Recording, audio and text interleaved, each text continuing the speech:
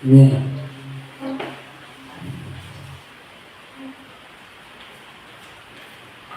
Dati-dati na rin, bata pa ako. Bata pa ako, Kristiyano ako. Nung bata pa ako, pupunta na ako sa Diyos kung may kailangan ako. Dumating araw, sabi ko, nung nagiging high school na, college ako, sabi ko, paano kaya pag pumunta ako sa Diyos na hindi niya binigay yung kailangan ko? Kasi talagang high school pa lang ako, nanonood na ako, umiiyak na ako doon, bigay mo sa akin ito, kailangan ko ito. Kailangan kailangan makatapos, kailangan makagraduate, kailangan pumunta sa school na to. Elementary pa lang ako, Lord, gusto ko yung high school na yan. Nakaload ako, umiiyak ako, Lord, gusto ko yung high school na yan, diyan ako papasok, binigay. Lord, gusto ko makatapos sa taon to. Lord, gusto ko makagraduate sa eskwela to, high school. Umiiyak ako, nasa dilim. Umiiyak ako. Sabi ko, paano kaya pagka humingi ako sa Diyos, binigay? Kaya mula na medyo, give and take na kami. Pag may hinihingi ang Diyos, binibigay mo naman. Amen? Hindi lang puro siya bigay na bigay, kasi naisip ko paano kaya, pag ang Diyos naman ang hiningan ko, hindi ako binigyan, hindi binigay. Kasi lahat ang hiningi ko, parang sabihin pa sinabi ng Diyos, nadaan mo na ako sa iyak. Di ba?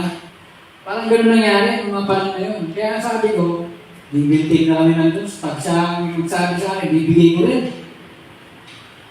Dumating araw, gano'n ang nasa isip ko, gano'n. Sabi ko, bibintig na tayo doon. Kasi mamaya, pag ako naman ang humingi, tatanggihan mo ako. No? Bakit, hindi ko lang, bakit na dumating sa isip ko, bakit dumating sa akin na gano'n ng Diyos, hindi ko lang. Kasi mamabasa mo rin naman sa Bible yan. No? So, gano'n. Mula nung high school na, college, dali sa college, yak na naman ako, sa dilim na naman ka, Lord, gusto ko makagraduate ng college. Marami akong kaklaseng matatalino. Hindi nagpapapasok siya yung high sa klase pagdating sa exam. Kami yung pasok ng pasok, kami yung nabagsak. Pero may mga kaklaseng matatalino hindi nakatapos. Amen? Ang ginawa na lang, nag-abroad na lang. Kasi pag abroad ka, kahit di ka graduate, abroad ka. Kita ka ng malaki. May mga klase ko dito lang, para nag-abroad ang sahod. No? Kasi mga nakatapos sila. So mga kapatid, dumating sa punto ko na, Lord, give and take tayo. Pag may hiningi ka, bibigay ko rin. Hindi lang puro ikaw ang hinihingan, nagbibigay. Ako rin naman. Yun ang kami dalawa. Kasi wala, naisip ko pag ako naman tinanggihan ng Diyos, para gusto natin yung kagaya ni kay Hezekiah, Haring Hezekiah, na give and take sila ng Diyos. Sa Hezekiah, wabig na ng buhay. No? Pero tumalikod agad si Hezekiah, lumalaman siya ng linggo ng buhay niya. Sinabi sa kanya niya sa propeta. No? Nalagay na Hezekiah, kilala niya yung tunay ng propeta at saka hindi. So dahil sinabi ng propeta, tumalikod siya, umiyak siya. Yung 1 week naging 15 years. Amen? Ang sabi niya, Panginoon, alalahanin mo ako na buhay ng matuwid. Give and take tayo, Lord. Hindi na puro kabigay. Tapos wala na akong pakialam sa buhay ko kung matuwid ba ako o hindi matuwid. Sabi niya, give and take tayo, 15, nabuhay akong matuwid. So binigyan ng Diyos si Hezekiah ng 15 years. Nandiyan ang gera, nandiyan ang lahat, hindi siya namatay. Nandiyan ang mga pagsubok, nandiyan. Amen? So yun. So mga kapatid, ang pag-aaral po natin, muling pagkabuhay. Amen. So mga kapatid, sa mundo ito, hindi lagi po tayong libre, malaya na ibig sabihin na walang kukontra sa iyo. Tandaan mo, liwanag at dilim. Di ba? Hindi rin liwanag tayo tapos walang dilim. Walang kontra, walang ganun. Mabuti, masama. Mabuti ka, walang gagawa ng masama sa iyo. May mabuti, may masama. Ano ba? So yan. Tatlo yan eh. Liwanag, mabuti. So yan. Basta tatlo yun na ano na. Ha? Laging may kontra. Hindi mo pwede sabihin na no? Pag may nag-prophecy, huwag mo sabihin na hindi totoo yun. O wala akong tiwala dyan, hindi sa prophet. Ang sabi ng Bible, judge do not before the time. Bigyan mo ang pagkakataon, matupad yung prophecy. Hindi yung ngayon pa lang. Ngayon pa lang, di ko na hinahayaan matupad. Wala na yan, di na yan. Bigyan mo buka. Pag sinabi ng prophecy, isang linggo, bigyan mo isang linggo. Di ba? Hindi, ngayon lang binigay yung prophecy. Hindi ako naniwala. Sabi, judge, do not judge before the time. O, 1 week. Sabi, bigyan mo 1 week. Pag hindi natupad, hindi talaga totoong prophet yan. Hindi totoong prophecy. Ganun. Ano? So mga kapatid, may kontra. Mga kapatid, hindi ang Diyos, pag nagsalita, hindi lagi tanggap ng tao na, yan ha, sa Diyos na yan. Sa Diyos na yan, prophecy niya. Hindi gano'n. Meron magkasabi sa'yo na, hindi yan. So mga kapatid, kaya nga sinabi ng Bible, ng New Testament, do not judge before the time. Kasi mga panahon na yun, pag may mga prophecy, yung mga salita ng Diyos, meron na kagad nagsasabi, hindi mangyayari yan dito po yan. Amen? At sinabi naman, sa Old Testament, kapag ka ang prophecy hindi nangyari, hindi siya prophet. Ayan. Pag nangyayari yung prophecy, prophet siya. Ayan. Huwag tayong kontra, hindi yan prophecy, hindi yan mangyayari. At sino ba nagsabi ng prophecy? Prophet hindi. Prophet kasi lahat ng prophecy na nangyayari. Hindi prophet. Amen? Sabi ng Bible, pag ang prophecy ng tao hindi nangyayari, hindi siya prophet. Pag nangyayari, prophet siya. Yun. Kaya doon natin nakikilala yung prophet. Bakit? Kasi yung sinasabi niya nangyayari. Hindi basta-basta siya nagsasalita, tapos wala namang nangyayari. Wala natutupad. Hindi tayo basta nagpapakawala ng salita. Lalo prophet tayo. Amen? Mag-prophet ka, huwag kang basta-basta magbibitaw ng salita. Tinatandaan niya ng mga tao. Amen? Dahil sinabi ng Bible, pag hindi yan natupad, hindi yan totoong prophet. Amen? So, ito, ang resurrection na to, sinasabi to ni Jesus.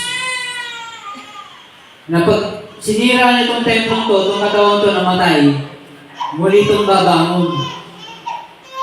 Amen? Muli itong babangon, sirain itong templong to, patayin niya itong katawan to. Sa ikatlong araw, ibabangon ko itong muli itong babangon nito mabubuhay muli. Amen? Magre-resurrect itong katawan na to, papatayin nyo. Destroy this temple and I will raise it up in 3 days. On the 3rd day. Yan. So yun. Number 1 ng prophet si Jesus. Bakit? Ang mga sinasabi ni Jesus, lahat nangyari. Walang pumalya kahit isa.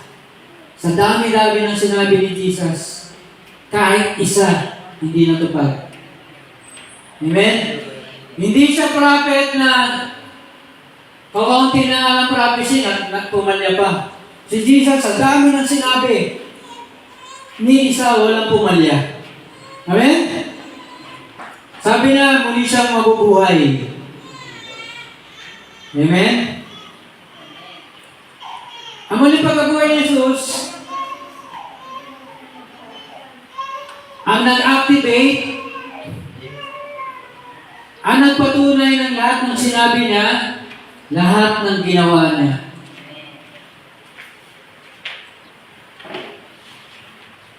Pag nagpunta ka sa dulo ng kalsada, dulo na.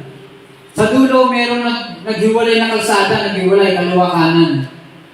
May nakita kang tao na nakahiga, yung isa patay sa kabilang kalsada, yung isa nakahiga, buhay. Kanino ka kanina ka pupunta para magtanong, Sir, ma'am, Sir, saan ba ang daan? May pupuntahan ako para makarating ako sa destinasyon ko. Saan ang daan?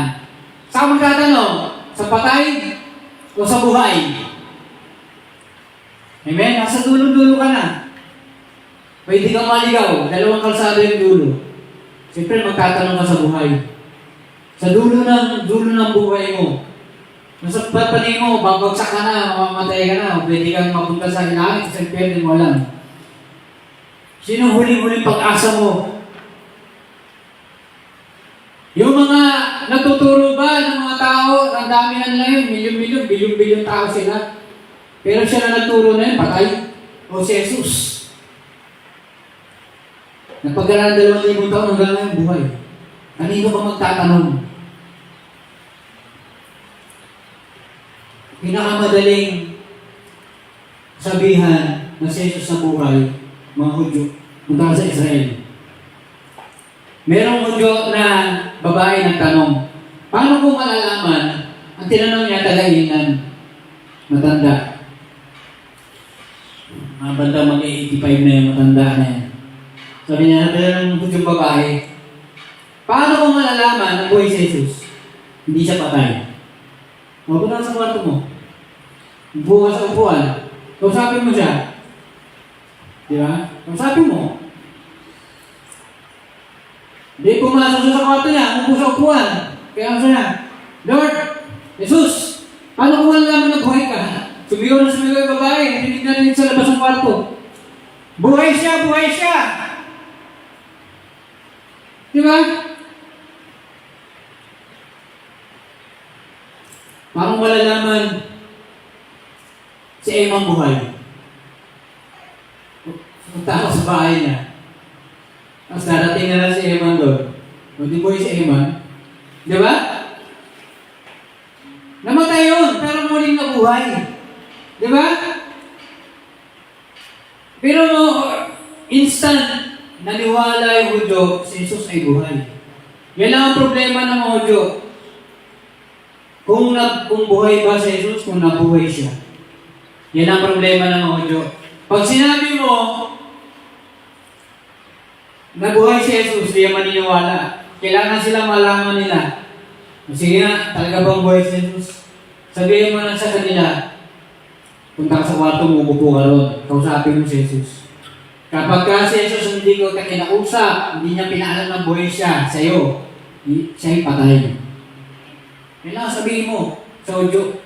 Napakadaling sabihin ng mga Hudyo kung buhay o patay si Jesus. At magsisisigaw yan. Nasabihin nila, si Jesus ay buhay. Amen? Yan. Kaya hindi tayo hirap, ipangaral lang muli pagkabuhay. Si Jesus, sabi ni Jesus, I am the resurrection and the life. Ako ang muling pagkabuhay. Ako ang buhay. Mga kapatid, ang muling pagkabuhay ay pagbangon, muling pagbabalik. Si Jesus, nung siya mamamatay, lahat nawala sa kanya. Nawala, para sa si Job. Pati kalusugan nawala sa kanya kasi nagbayad siya ng presyo.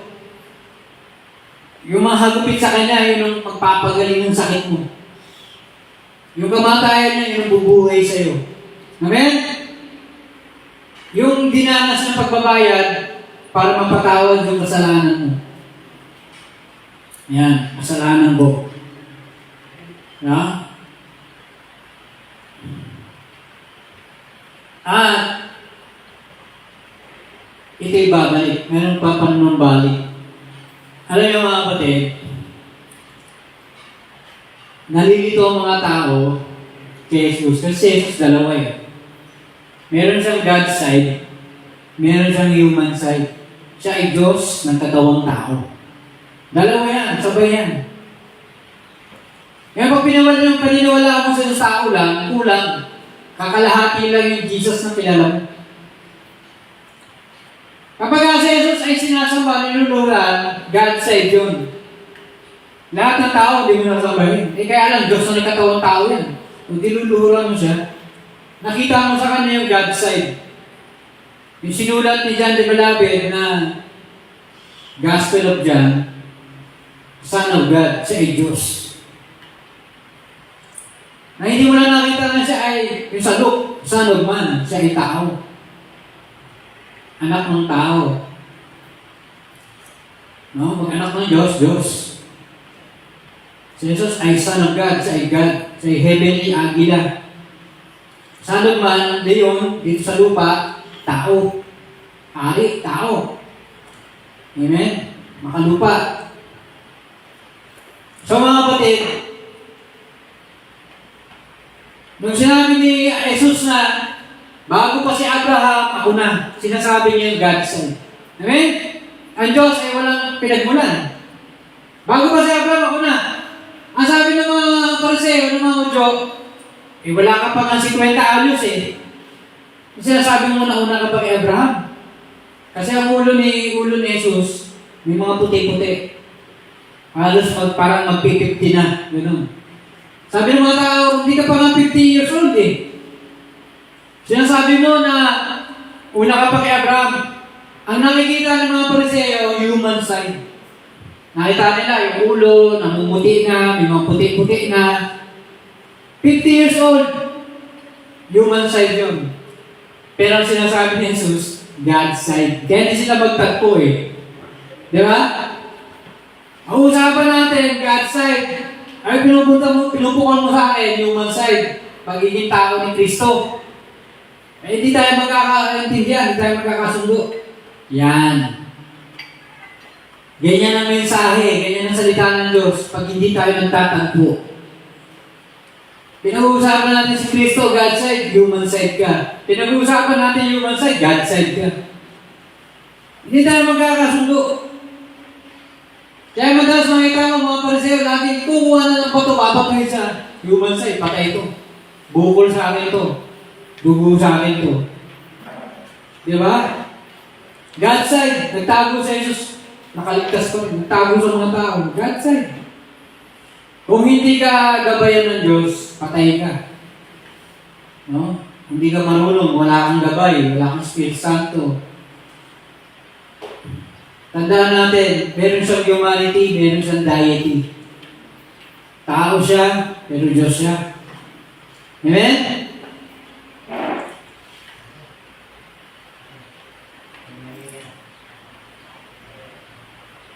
Yung nangyari kay Jesus ay bumagsak para ikagwangan niya. Namatay siya, nawala sa kanya lahat. At siya'y namatay, at siya'y kunin mabubuhay. Ikaw ganun ka rin. Pag susundan mo si Jesus, kung anong narating ni Jesus, mararating mo rin. No? Magmamahal ka rin para sa kapwa mo, unawain mo rin sila, mamahalin mo rin sila. Naalala ko tuloy yung mga nakaraang taon. Walang ginawa, tumanda sa kababasa ng Bible. Ang tawag sa body odor, umikil-kili. Yung iba, matindi pa sa body odor, sasabihin sa'yo. Talagang masado, dugo puso mo. Ito kababasa ng Bible. Sabi ko, saan kaya galing mga pinagsasabi nito na hindi nakakasugan ng tao. Amoy kili-kili, tanggap mo Amoy paa, amoy kili-kili, amoy ganun. Yung iba yan, ako po, iyakan No? Maayos magsaga, kababasa ng Bible. Halos 20 beses binasa ang Bible.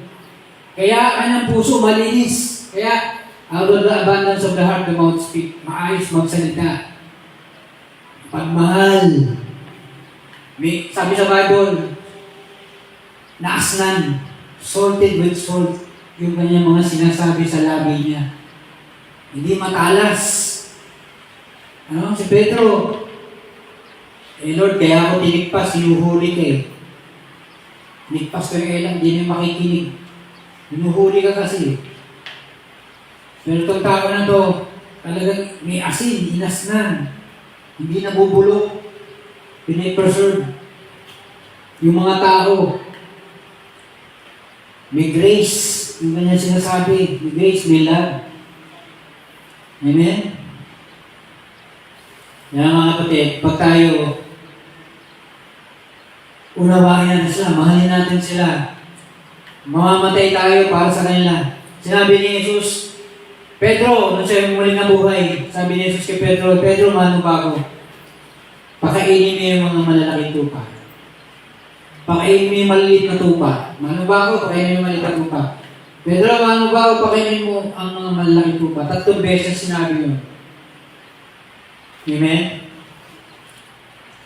Yung pagmamahal sa Diyos, 2 beses.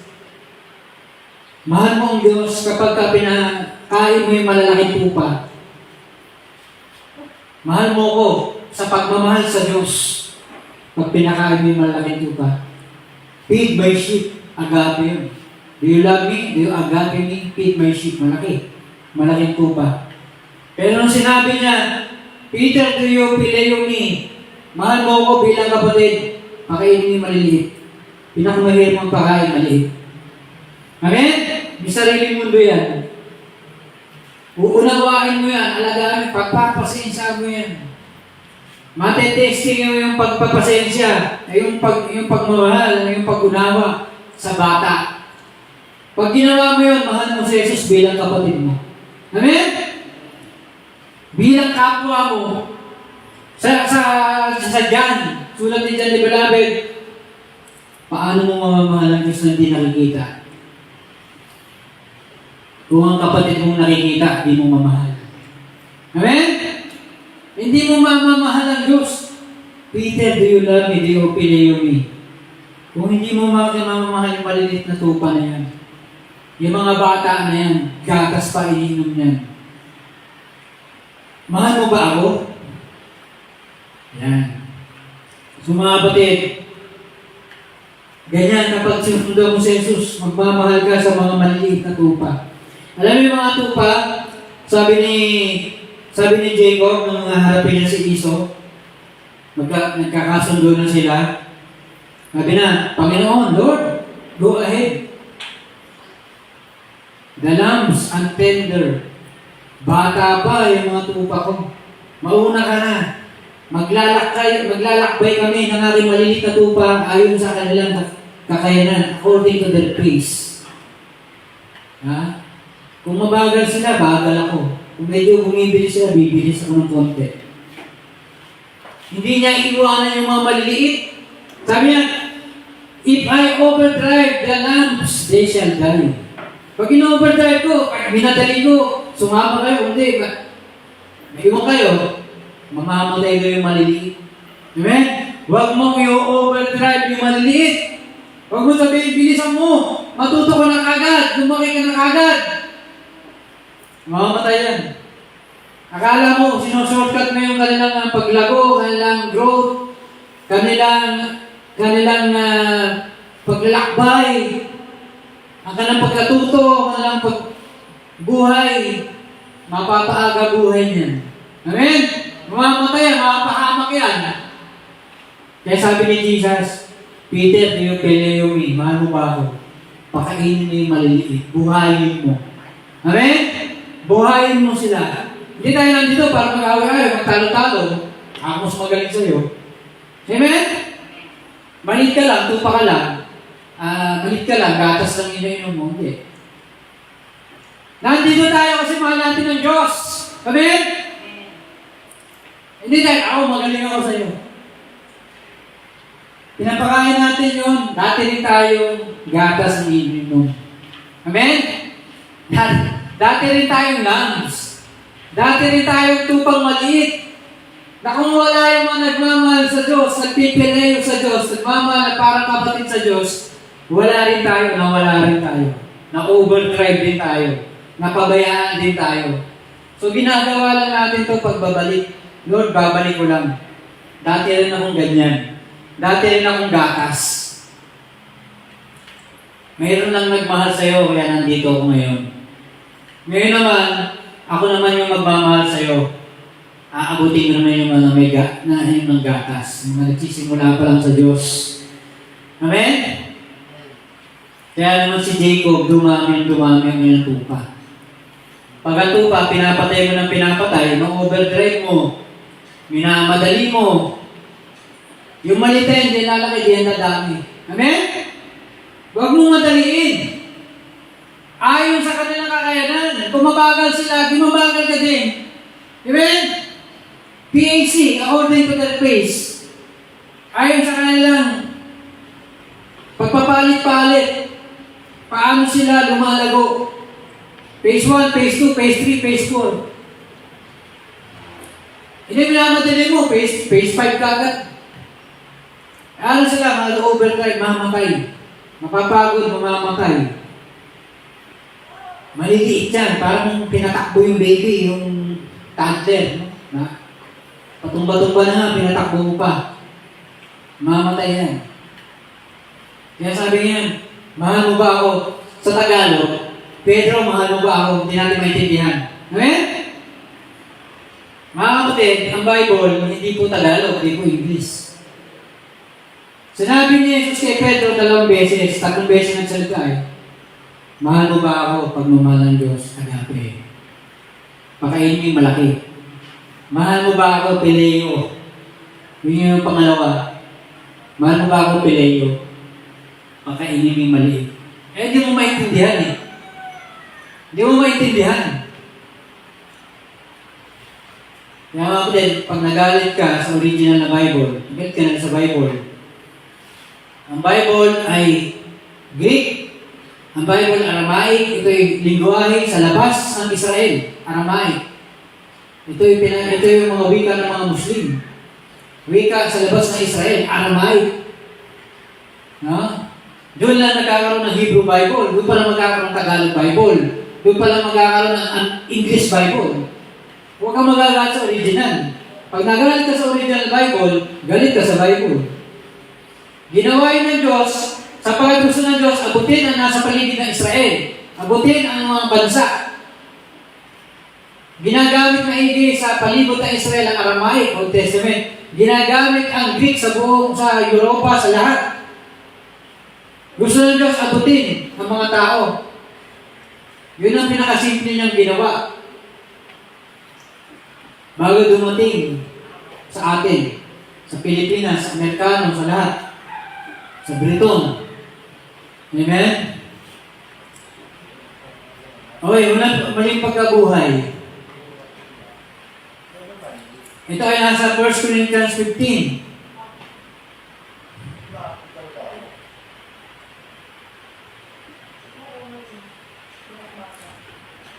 Amen.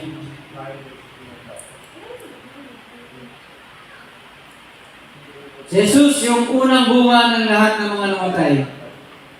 Kung paano si Jesus nagkaroon ng ganung buhay, namatay siya, nawala sa kanyang lahat, at ito may maranasan natin, tayo rin ay babalik, tayo rin ay makakabangon, makapanumbalik, tayo rin mabubuhay. Yun ang pag-asa natin. Kaya nga sinabi ni Pablo, kung walang muling pagkabuhay, wala na lahat tayo. Bali wala na yung ating faith, yung ating pininiwalaan. Pagka ikaw, muli ka na buhay, yun yung pinaniniwalaan mo, nangyari talaga. Talagang totoo yung pinaniniwalaan mo kasi muli ka na buhay. Muli ka na numbalik, muli ka bumalik.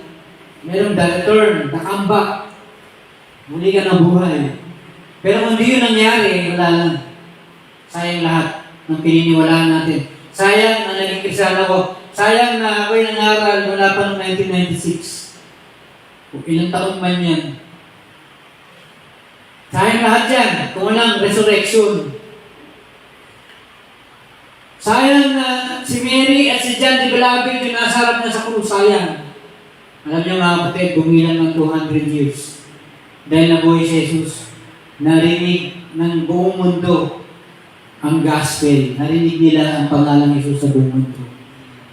Bagamat si Mary, si John de Bellabig lang yung nandun sa baba niya sa krus. Nung siya yung naghihingalo na. Bumilang na ng 200 years. O ngayon tayo, 2,000 years na, kalahati ng mundo. Kung i-apply mo yung kakayanan na ginawa ng mga Kristiyano noon, meron pa tayo 100 years. Hindi natin inaaway yung mga Kristiyano ngayon. Okay, sige, gawin natin pamaraan ni Jesus. Meron pa tayong kalahati, 100 years. Sinabi pa nga ni Jesus, higit pa rito, magagawa nyo. Pwede bumaba pa sa 100 years.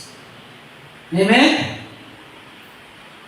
Kaya tayo, hindi tayo, wala namang tao yung church niya. Hindi tayo dun. Amen? Hindi sa magagawa mo. Sa magagawa ng Diyos. Amen? Kahit nasa atin lahat ng yaman, lahat ng talino dito, lahat ng libro, hindi mo yan magagawa. Sa magagawa ng Diyos yan. Amen? Pagagawa ng tao, puro legalism. O ganito sasabihin mo, ha? Ganito sasabihin mo, ganito gagawin mo. Legalism yan. Pero pag nakakaya ng Diyos, walang legalism.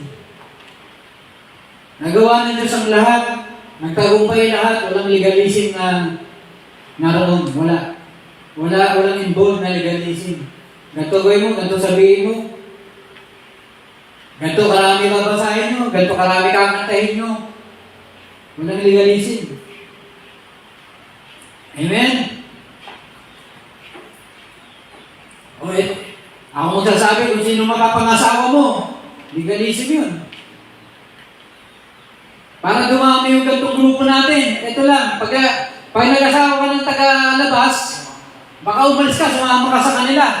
Legalism yun. Legalism yun. Gagawin mo yun. Kung sabi ng Bible, huwag kang makipamatok sa hindi man ng palataya. Gagawin mo yun kasi kinausap ka ng Diyos. Amen?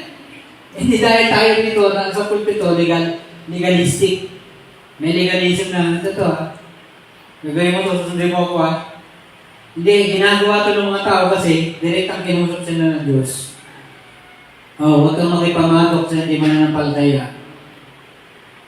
Diyos yung kumakausap sa Kanya.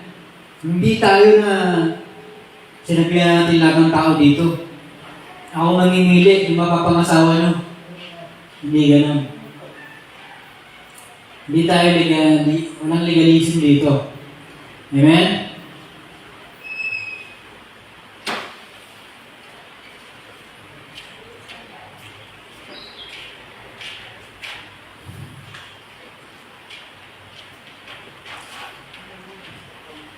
Mga kapatid, sa Jesus sa krus, nag-pray siya, dumugo siya sa prayer, sabi niya, hindi yung gusto ko, kung posible, hindi ako mapako sa krus na mamatay. Pero hindi yung gusto ko, yung gusto mo. Ano? Yung parang parang tren, naglalaro yung anak niya doon sa Riles, pag nilagay doon sa kaliwa, pag nilagay sa kanan, yung anak niya makakaligtas. Pag nilagay niya sa kaliwa, mapipisa yung anak niya, maliligtas yung nasa train. Sa kanan kasi, hindi maipipisa yung anak niya pero malalagad sa bangin. Ang pinili ng Diyos, ang pinili ng Ama, mapisa yung kanyang anak, magkabali-bali mo to, at masagasaan, maligtas na napakaraming libo-libong tao sa tren. Parang ganun. Kaya sabi ni Jesus, kung posible, huwag akong mamatay. Kung pwede, dalang pwede. Iliko mo yung, Riles doon sa kanan. Malaglag na sila sa bangin. Yan libo-libong tao na yan. Kung posible, Pero hindi yung gusto ko, yung gusto mo. Sabi ng tatay, yung sa train, isa lang naman itong anak ko Ito dami, may mga baby, may buntis, may mga matatanda. Dito dami, libo-libong tao dito sa train. Yun ang pinili niya. Masagasan, tansigan ng dugo, ang naman, bumali-bali ang boto, umiiyak yung bata. Wala na yun, hindi na niya pinansin yun. Hindi na pinansin ng tatay. Yung umiiyak ng anak. No? Yung mga naririnig niya, mga talansik ng mga laman, dugo, talsik ng buto, hindi niya na yung pinansin. Basta nasa isip niya, libo-libong tao sa tren. So, gano'n. No? Ganyan, kapag pinamatay ka ng Kristo, nawawala na yung sarili mong kalooban. Amen? God's will na. Hindi na yung gusto mo. Di ba? Marami. Baka libong beses ko na sinabi, Lord, ito yung gusto ko. Pero wala akong magawa. Yung gusto mo pa rin dapat masunod. No? Marami. Gusto ko, ayoko mangaral, gusto ko tumugtog lang. Sa church ko, tumugtog lang ako. Wala, di pa rin natupad yun. Kasi gusto ng Diyos eh. Amen? Sa labas ng kaharian ng Diyos, ang lahat, puro tanong, tatanong tayo. Hindi natin maintindihan. Pero pag nasa loob tayo ng kaharian, unti-unti natin naiintindihan ng Diyos. Kilala mo ang Diyos. Amen? Pag nasunog dyan sa building,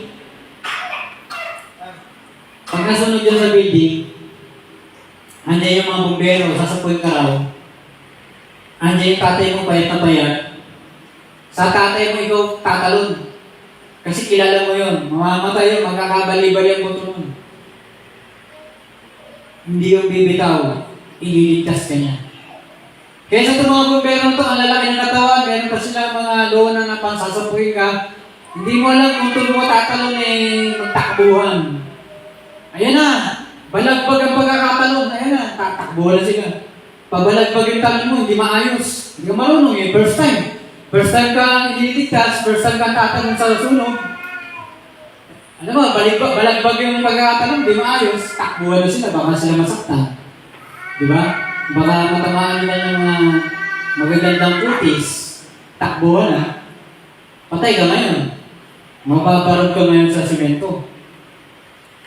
Ngayon, sabi ng mga tao, bakit ganun? Ang tinalon mo yung tatay mo. Ang taas-taas ng building, ang tinalon mo yung payat na payat mong tatay. Ito, ilalaki naman ang katawan ng mga bumbero na to. Meron naman silang pansapo, meron silang lona. Meron silang tent na gano'n, sinasapo ka, hawak nila lahat. Ikaw ba, sasapuhin ka. Sabi na, hindi ko kilala itong mga to. Ito tatay ko, mamamatay na. Ipaglalaban niya ako. Mabuhay lang ako. Nabuhay siya. Yung tatay niya talaga. Yun, talaga na nabugbog yung pagtalon niya. Kapatid, kahit ganun lang yung sitwasyon, dahil kilala mo ang Diyos, sa Kanya ka tatalon. Amen? Lord, kahit krus yan, sa'yo ko tatalon.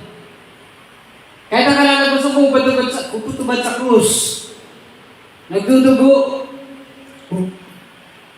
Ayan, sugatan, nilati ko, sinampad, dinagukan. Sa'yo pa rin ako tatalon. Pagkaraan ng araw, muli sa mabuhay. Pagkaraan ng 200 years, ang buong mundo nakarinig ang salita ng Diyos, buong mundo nakarinig ang pangalan ng Jesus. Amen? Yan. Kasi tumalong ka sa Diyos. Hindi ka tumalong sa kakayanan mo. Ang mga tao dyan, walang Bible sa kamay. Wala silang hawak na Bible. Amen?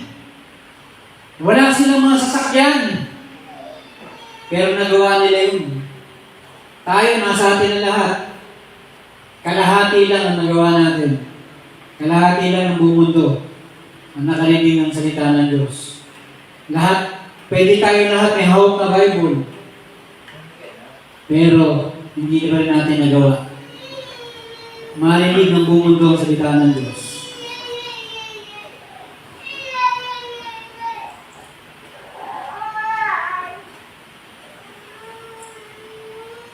Ang susi ay pagsunod sa Diyos. Obedience. Yan. Palatandaan na ito, puspos ng Espiritu Santo, ikaw ay nasunod. Yan. Nasabihin ng mga tao, pag may sinabi ng tao, puspos ako ng Espiritu Santo. Totoo yun, pag siya'y masunurin. Puspos ka, full of the Holy Spirit.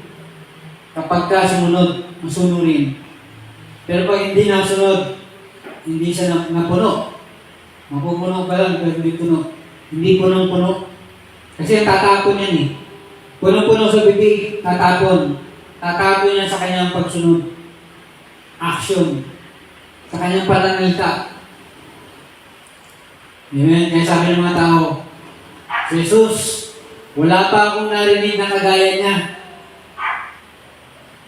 Ganyang klase magsalita, grabe magsalita yan. Kasi yung puspos ng Espiritu Santo lumabas sa bibig. Yan. Yan ang mga patunay ng mga puspos ng Espiritu Santo. Full of the Holy Spirit. Baptized of the Holy Spirit. Si Jesus is, He got the Spirit without measure. Ang Espiritu Santo sa kanya walang sukat, punong-puno. Hindi siya nabi, nakalati ka lang, hanggang medyo puno ka lang. Hindi. Walang sukat, sige lang. Walang sukat. Hindi sinusukat. Punong-puno, tumatapon. Bumabaha. Amen? Pagka bumaha, lahat ng ahas magpapakita, lalayas. Amen? Ganyan, pagpuno ka ng Espiritu Santo. Maglalabasan ng mga demonyo at magsisilayasan. Magpapakita sila. Ito na, huli na kami. Mas mapapalaya sila. Kasi sa baha, ayaw lang mamatay dahil sa baha. Hindi sa makakaya natin, hindi sa magagawa natin. Sa magagawa ng baha na galing sa ating mga kalooban. Sabi, out of your belly shall flow rivers of water. Baha ang lalabas sa'yo. Mula sa kalooban mo. Amen. Yun yung muling pagkabuhay. Nangyari kay Jesus. 200 years lang. Binaha ang buong mundo at naging. At narinig ang mabuting balita. Wala silang magawa sa baha. Sa Holy Spirit.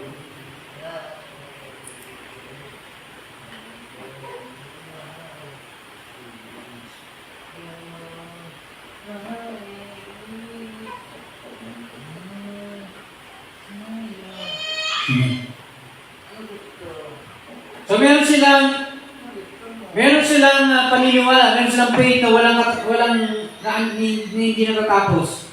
Faith is unlimited. Gift of faith is unlimited. Wala siyang katapusan. Puspos sila ng Espiritu Santo.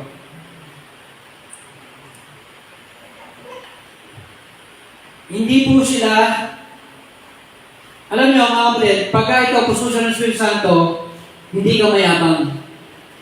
Amen? Pag meron gift of faith, hindi ka mayabang, mangyayari talaga yun. Mga kapatid, si David, sinabi ni David, kaya kong patumbay yung higante na yan. Hindi sinabi ni David yun kasi mayabang siya. Amen? Meron siyang gift of faith talagang yan, higante niya tutumbayan. Tanda mo, pagka meron kang gift of faith, may Holy Spirit ka, hindi ka mayabang, mangyayari talaga yun. Yan, sa kalagitnaan natin, pag may narinig ka rito, nagsasalita, sabi mo, mayabang naman yun, hindi man mangyayari yun. Pero kung gift of faith yun, mangyayari yun. Hindi yun sa kayabangan. Pag sinasabi ni David, patutumbay ang higante na yan, tutumbayan. Gift of faith yun. Holy Spirit yun, power talaga yun. Si Joseph na dreamer, sabi niya, darating ang araw, yung buwan at bituin, lulod sa akin, yung labing isang bituin. Yung buwan at ang araw, lulod sa akin, yung labing isang bituin, lulod sa akin. Hindi kayabangan yun. Amen? Malaking bagay yun. Nakikita ng buong mundo. Sinong bansa ang hindi nakakita ng bituin? Hindi nakakita ng araw ng buwan? Wala. Worldwide yan. Worldwide ministry yan. Si Jose magpapakain ng libu-libong tao. Buong mundo pwede mamatay sa gutom. Mapahamak. Pero, sabi ni Joseph the Dreamer, sisimula pa lang siya, sabi niya, luluhod ang bituin at ang buwan sa akin. At ang labing isang bituin, yung aking mga kapatid, yung mga disciple, na 12 na yan, luluhod sa akin yan. Yung mga lagad ni Jesus ang takbuhan sa krus. Pero pinanumbalik niya yung kanyang 12. At yung 12 na yung dadami. Ang muling pagkabuhay niya nag-500. Sa oras na siya tatanggap ng Espiritu Santo, 120.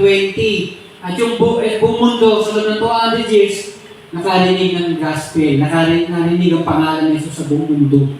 Amen? Hindi yung kayabangan. Ano ba to? Pati tatay mo, pati nanay mo, lulunod sa'yo. Yabang mo naman. Pati mga kapatid mo mas matanda sa'yo. Bagong dating ka lang. Bunso ka. Luluhod sa'yo. Mayabang ka ba? Hindi yung kayabangan. Ang gift of faith, hindi naging kayabangan kahit kailan. Amen? Ito yung mangyayari. Out of the abundance of the heart, the mouth speak. Hindi siya kayabangan. Mula sa kayamanan ng iyong puso, mula sa baha sa iyong puso, bababa sa labas, maririnig mo yung malalaking bagay. Pag meron kang gift of faith, you speak big, you talk big, you think big, because God is big. Ang tandaan natin. Mga oras na yun yung mga oras na yun kay Joseph the Dreamer, hindi pa yung Bible. Amen? Pagdating ni Moses, doon pa lang yung naisulat. Amen? Nung panahon nyo naman, magkakapay, nasa Egypt, wala pa di pa yung nakasulat. Amen? Hindi pa sa Bible. Amen? Kaya huwag po tayo magagalit na yung mga prophecy. Nangyari ba yan? Masusulat ba yan sa Bible? Teka lang, huwag lang. Huwag kang excited. Pagdating ni Moses, libro na yan. Ang tawag dyan, law. 5 libro ni Moses. Pag sinabi ni Jesus, law and prophet, pag law, 5 libro yun kay Moses. Yung prophet, lahat ng mga propeta sa Old Testament.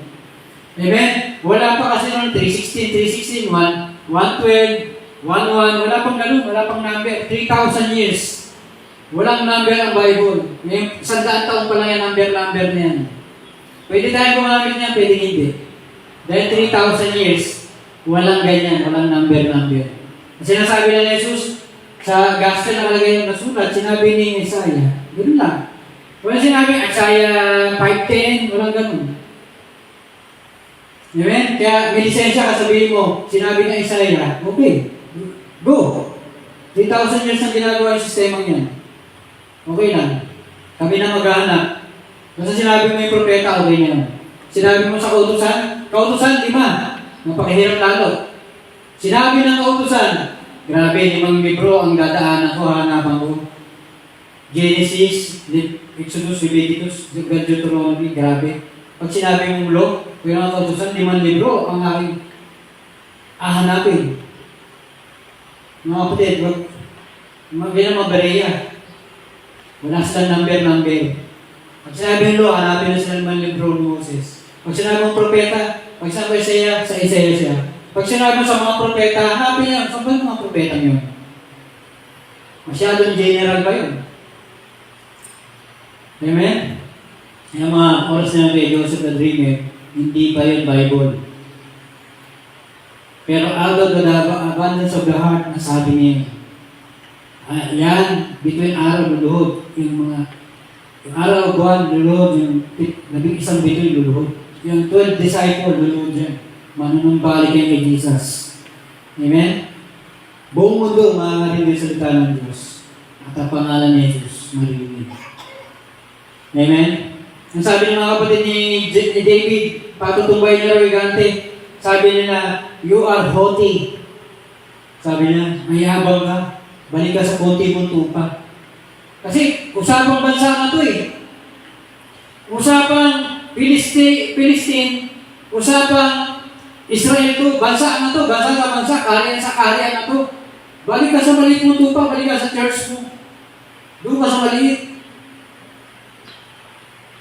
National issue to eh. Parang Pilipinas laban sa China. Binubulabog tayo na sa China sa dagat na yan, sa Spratly, parang ganun. Ay, balik ka sa church mo. Huwag mong pag-usapan ng politika. Parang ganun eh. Hindi, mapapatumba ko yan. Ang sabi ng mga kapatid ni David, haughty, mayabang ka. No? Pilyo ka, pasaway ka. Balik ka rin sa maliliit mong tupa, balik ka sa church mong maliit. Parang ganun eh. Pero out of the abundance of the heart, the mouth speak. Sinasabi niya yun kasi patutumbay niya talaga yung higante. Amen? Kasi meron siyang baha na papalisin lahat, walang magagawa. Tatangayin sila ng baha mula sa kanyang puso. na umaaba, baba, papunta sa labas. Baba, lalabas sa kanyang bibig, magiging declaration, magiging confession. Ito, tutumbay higante.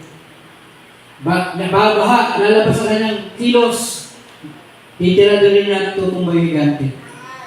Amen? Mga pre, di ko sinasabi yung prophet si Marvin. No? Di ko sinabi. Pero, pag may revelation, sinasabi natin. Amen? Kasi, umaapaw. Sabi ni Jeremiah, para itong apoy sa loob ko.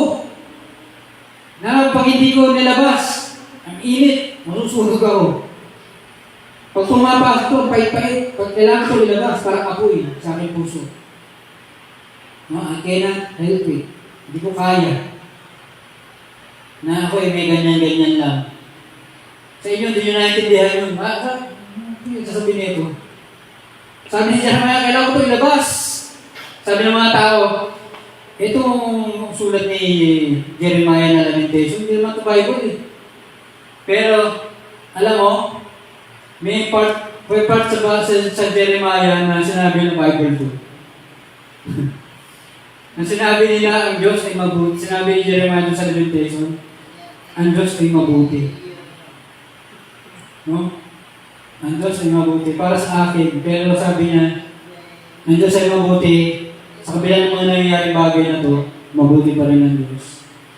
No? God is still good, sabi niya. Amen?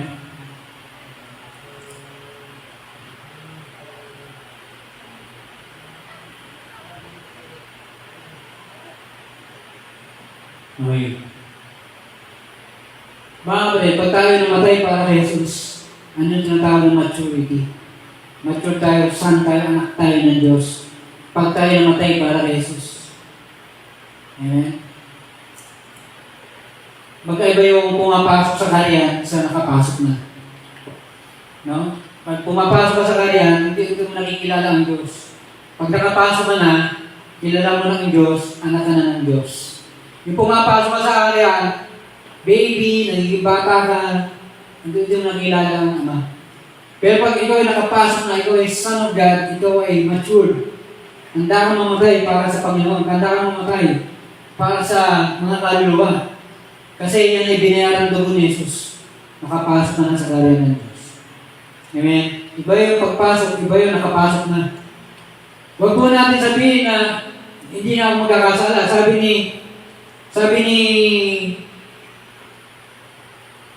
ni James, pag sinabi mo hindi ka nagkakasala, sinungaling ka. May time din na napapalabas tayo, pero kailangan natin ng susi.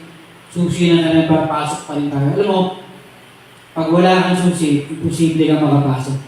Pag yan may nag-lock ng iba, hindi mo yung makapasok. No? Bakit nila nilak? Papasok ako. Kaya kailangan mo susi. O, nilak nila ng padlock, may susi ka naman, may duplicate ka naman. Pag wala kang susi ng kaharian, hindi mo yung makapasok. Diba? Napag Lord, babalik ako, sorry. Makapasok ka. Dapat kailangan mo yung susi. No? Kailangan mo yung susi ng kaharian para makapasok ka ulit. Para hagdan niya na napanaginipan ni Jacob, akit palawag sa sagdan. Stairways to heaven.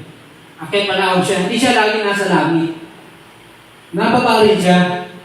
No? Si Jesus, hindi siya laging deity. Minsan, Son of God din siya, nagugutom din siya, napapahinga rin siya, naupo rin siya. Amen? Hindi siya yung lagi mo makikita, naglalakad sa tubig, papakain ng libo-libo. Meron din siyang human side. Amen? Akyat palawag ka din eh. Kailangan mo ng susi ng kaharian pag akyat mo. Paano mapasok mo, maakyat mo. Amen? Ang pinakamataas na lugar na maakyat ng tao ay bundok. Yun yung pinakamataas na spirituality mo. Yan yung mountain top experience mo. Nakaranas ka ng mountain top experience, dapat maulit-ulit yan sa buhay mo. Kailangan lagi kang aakyat sa bundok. Si Jesus lagi nagpipray. Nung umakyat si Moses sa bundok, doon niya tanggap yung 10 Commandments. Yan yung new covenant. Yung kautusan ng Diyos, isusulat sa puso mo at matutupad. Patawagin kang bayan ng Diyos. Siya ang Diyos mo at ikaw ang kanyang bayan. Kasi pag nasa loob na isulat, sabi ron, I will write my word in the tablets of their heart. Ilalagay ko na sa puso nila yung salita ng Diyos, New Covenant, New Testament. Hindi magagawa mo na yung kautusan kasi sinulat sa loob. Pag ang kautusan nasa labas, okay, gawin mo to, hindi mo yung masusunod. Pag ang kautusan nasa loob, sinulat na ng Diyos, natutupad yun. Dapat aakyat ka lagi sa bundok. Dapat lagi kang mountain top experience. Ginawa yun ni Jesus, nag-pray siya. Napagtagumpayan niya yung krus. Dahil nakaakyat siya sa bundok, nagkaroon siya ng mountain top experience, nag-pray siya 3 beses pa, nagawa niya, nagtagumpay siya. Kailangan meron kang mountain top experience na isulat ng Diyos sa puso mo yung utos para yun matupad mo. Pag yun hindi mo inakyat, kakatamad, bundok, ang taas, akit eh. May pressure, atake lang ko ng gravity. Ayun, hindi mo matutupad. Harap ka sa kulong sa problema at umakat. Amen? Ang pinakamataas ng mga akyat ng agila, kalawakan. Pero kailangan mahanda siya. Kailangan matutunan niya paano lumipad. Ilalagdag siya ng tatay niya. Bago siya maumpog sa baba, sasagipin siya. 3 o 4 na beses gagawin niya sa isang araw. 4 na beses ka tetestingin na yung amang makalangit. Ibabagsak na ibabagsak. Sasagipin ka na sasagipin. Tapos bukas naman. Besang araw, marunong ka na lumipad. Agila ka na. Amen? Pinakamataas na maakyat mo bilang agila. Langit. Hindi bundok, langit. Kalangitan, kalawakan. Kalangitan, hari ka ng kalangitan. Hindi ka lagi doon, nababa ka rin. Hindi ka lang heaven side, God side, meron ka rin human side. Kagaya ni Jesus. Magpapahinga ka rin. Hindi laging prayer. Hindi lagi tayo naglalakad sa tubig. Papakain ng libo-libo mula sa pagpaparami ng tinapay. Meron ka rin human side. Amen? Yan ang mga mature. Yan yung sinasabi natin, nasa loob ng kaharian ng Diyos. Nasa labas ka ng kaharian ng Diyos, pumapasok ka pa lang, kapag nag-aaral ka pa lang lumipad.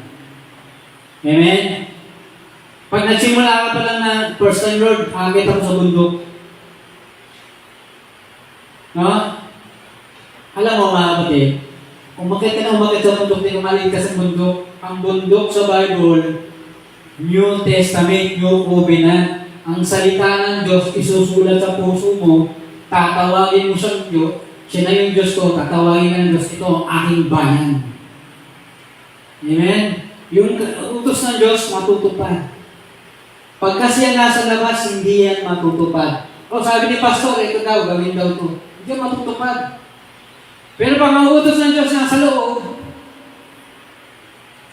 Pastor, huwag mo nang sabihin yan, talagang matutupad yan. Sinulat niya ang Diyos sa puso ko. Amen? Ang number 1 bundok ang mararanasan mo sa buhay mo. Yung New Testament, yung New Covenant. Isulat ng Diyos. Yung puso, yung salita niya sa puso mo. Amen? Na pag may nihaharapin ka sa bagay, mapapagtagumpayan mo. Kasi may salita na ng Diyos ang lagay sa puso mo. Amen? Yan ang muling pagkabuhay. Amen? Na tagumpay. Tagumpay ka. Ano yung bagong katawan? Sabi sa 1 Corinthians 15:42 hanggang 44, etong katawan na ito ilalagay sa mga bagong, yung muling nabuhay ng katawan, hindi ito napapahamak, imperishable. No more decay, hindi nabubulok. Hindi mo, hindi ka na masisira. Kaya yan, 200 years yan, kasi yung buong mundo, marinig niya sa tanang Diyos, sa pangalan ni Jesus. Sa 200 years niya, glorious body. Glorious. Yan yung glory. No? Yun yung glory. Powerful yung katawan na yan. Powerful. Spiritual. Yun yung katawan na sinasabi. Yung muling pagkabuhay. Ikaw ay spiritual, ikaw ay makapangayon na glorious, imperishable, indestructible. Yan yung naranasan ng church doon. Kung ano si Jesus naranasan nila. Sila ay imperishable, indestructible, glorious, powerful, spiritual. No? Sa Israel, yan ay Hudyo nasa lupa para buhangin. Yung church na naipangalan sa tanan sa buong mundo, sila ay mga bituin, heavenly, makalangit, spiritual. Samantalang isa, carnal, sa you in the flesh. Sa laman sila mga Hudyo dito sa lupa, makalupa, buhangin. Pero yung mga church, sila ay mga bituin, makalangit, spiritual, powerful, glorious, imperishable. Pinapatay na, hindi maubos-ubos. Amen? Pinupuhutan na, pinipersecute na, hindi pa maubos-ubos. Doon tayo. Hindi tayo yung nasa atin na lahat, yaman, pero talo tayo. Wala tayong power. Hindi tayo spiritual. Pero naman sa kanila, wala sila. Oh Lord, huwag na mawala sa akin, kahit buhay ko mawala. Pero hindi sila maubos-ubos. Imperishable sila. Indestructible sila. Kasi naniniwala sila sa muling pagkabuhay. Sinabi ni Pablo, kung walang muling pagkabuhay, sayang lang ang pinaniniwalaan natin. Sayang lang yung faith natin. Sinabi ni Pablo sa 1 Corinthians 15. Amen? Sayang lang lahat yun. Without the resurrection, our faith is in vain. Kung walang resurrection, walang pagkabuhay ng muli, yung pininiwalaan natin, wala lahat yan. Sayang lang. Ay, naniniwala ka, dami natin sinasabi itong turo. Pero pinakamalaga sa lahat, muling pagkabuhay. Kasi lahat ng tinuro natin, lahat ng sinabi natin, pininiwalaan natin, sayang lang kung walang muling pagkabuhay. Amen? Without resurrection, our faith is in vain. Kung ating pininiwalaan, tinuturo, sayang lang yan. Wala yung saysay. Amen? Ang resurrection, mag-authenticate, mag-activate ng ating mga pinaniniwalaan tinuturo. Muling pagkabuhay. Amen? Sabi lang sa 1 Corinthians 15:54 hanggang 57, yung kamatayan, nilunok ng tagumpay. Nilunok ng muling pagkabuhay, yung kamatayan. Ang muling pagkabuhay, liwanag na tumatalo ng dilim. Pag madilim dito, sinidami yung ilaw, hindi tatakbo yung dilim. Yung dilim biglang mawawala. Nilunok. Nilunok instant. Nilunok ng liwanag yung dilim. Sabi ron, O death, where is your sting? Ang kamandag ng kamatayan ay kasalanan at ang tagumpay ay nagmumula kay Jesus mula muling pagkabuhay. Sabi ron, O kamatayan, nasa na yung kamandag? Kasi wala eh. May kamatayan, may kamandag, pero hindi siya namamatay. Sugat, mga friend, sugat ang magagawa nito sa iyo. Tanda mo, pag pinasikot ka, sinusugatan ka lang. Hindi ka pinapatay. Amen? Kasi muli kang mabubuhay. Ang mga diniwala kay Jesus muli bubuhayin, pero mapaparusahan pa din. Pero tayo, pag tayo binuhay, kasama tayo ni Jesus. Sila ay muli pagkabuhay nila, sayang lang. Sayang, mabuhay pa kayo. Muli pa kayo binuhay. Naiwan din kayo, napahamak din kayo. Pero yung mga naniwala kay Jesus, pag sila muling binuhay, dala-dala sila ni Jesus. Mapupunta sila sa tunay na buhay. Second life, second resurrection. Samantalang sila, second death. Binuhay sila para mamatay ulit, magpunta sa kapahamakan. Oh, binuhay kita para mapahama ka. Dadali ka sa apoy. Amen? Pero tayo, binuhay tayo para mabuhay. Mapunta sa piling ng Diyos. Walang apoy. Amen? Sapagkat tayo, inapuyan na ng mga pagsubok. Ang mga pagsubok natin parang dito na inaapuyan. Natatanggal yung dumi. Nagiging pure gold tayo. Nagkakaroon tayo ng halaga.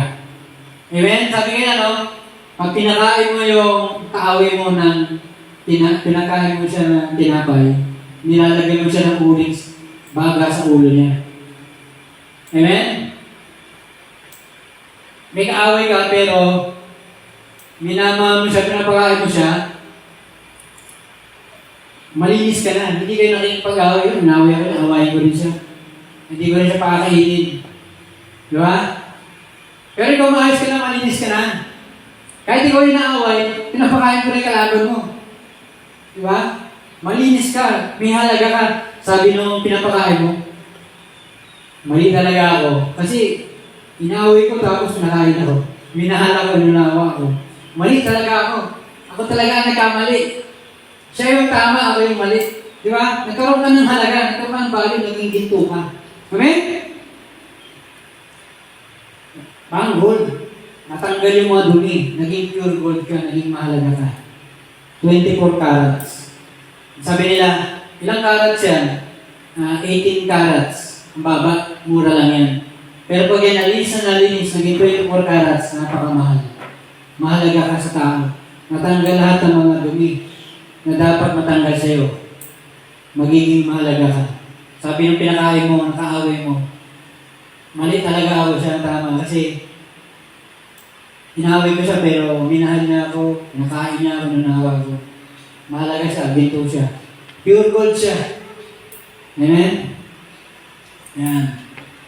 Kaya mga kapatid, napakalaga ng muling pagkabuhay. Yung makita ng mundo, Jesus na Jesus to. Amen? Si Jesus yung nabubuhay. Itong mga tao to, mga patay na to sa sarili nila. Ang nabuhay na lang sa buhay nila, si Jesus. Sabi ni Pablo, nabubuhay ako pero hindi ako, si Kristo ang nabubuhay sa akin. Yun yung resurrection. Sabi ni Jesus, ako yung resurrection. Nabubuhay ka ulit, si Jesus yun. Yung kasaway mo, pinapakain mo. Minamahal mo, inuunawa mo, si Jesus yun. Amen? Tinawag ka sa krus, sabi mo pa, Ama, patawarin mo sila, hindi nila alam ganyan ang ginagawa. Nagpapatawad ka pa. Si Jesus yun. Pag nagpatawad ka, si Jesus yun. Amen? Si Jesus yung nabubuhay sa'yo pag nagpatawad ka. Pag di ka nagpapatawad, ikaw yun, sarili mo yun. Ang sabi ng Diyos, pag di ka nagpatawad, di ka patatawarin. Amen? Kapag ikaw nagpapatawad, si Jesus yung nabubuhay sa'yo. Sinabi yun, nasabi mo yun dahil ni Jesus. Patawarin mo sila, di nila alam ang galang ginagawa. Amen? Yun yung resurrection. Kaya magpatawad. Kaya mamatay para sa mga kaluluwa. Yung pamilya mo, kaluluwa yan. Gusto ng Diyos, maligtas yan. Amen? Yung disciple mo, 12, kung konti lang yan. Gusto ng Diyos, matapos yung kanilang discipleship, maging kagaya ni Jesus yan. Yung resurrection, ituloy mo yung discipleship mo. Maging kagaya sila ni Jesus ang araw. Maging kagamit-gamit din sila sa Diyos. Yung pamilya mo, maligtas din. Amen? Yun ang kalooban ng Diyos. Sabi ni Joshua, as for me and my house, we will serve the Lord. Nasa 80 tao yung pamilya ng mga Diyos. Kasama na yung pinsan, pamangkin, apo, 80 yan, 80. As for me and my house. Parang sinabi, ako ang aking mga kamag-anak, maglilingkod kami sa Diyos. Kasi yung pamilya sa kanila, 80 persons. 80 persons.